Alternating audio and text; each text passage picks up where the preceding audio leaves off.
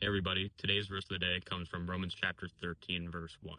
It says, "Let every person be subject to the governing authorities, for there is no authority except from God, and those that exist have been instituted by God." So the first part of that verse, let every person be subject to the governing authorities. That first part reminds me to respect authority even when it might be tough.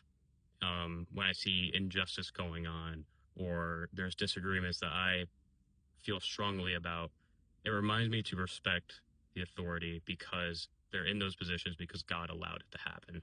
God has them there for a reason. I might not understand the reason, but God allowed it and he's in control. So I need to trust him in those moments of struggle, of disbelief.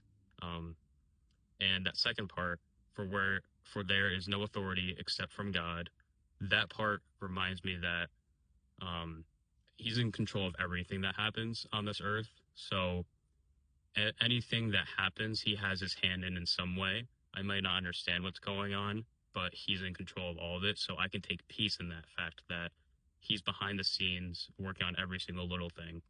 Um, and then that last part, and those that exist have been instituted by God. It's the same thing as the first part, and it just reinforces that fact that God is in control. He allowed this to happen. I need to have faith in him that everything's going to be all right and that he's in control. Because if I start questioning the decisions of God, that, oh, this one person's in that place of power and I don't like that, or there's something that's going on that's restricting a part of my life and I'm upset at that person for allowing that to happen, then that means I'm also going to be upset at God and God's going to be upset with me because I'm not having my faith placed in him rather than I'm just thinking of myself. So that's the interpretation of this verse to me. And I hope all that made sense. I hope you guys have a great rest of your day.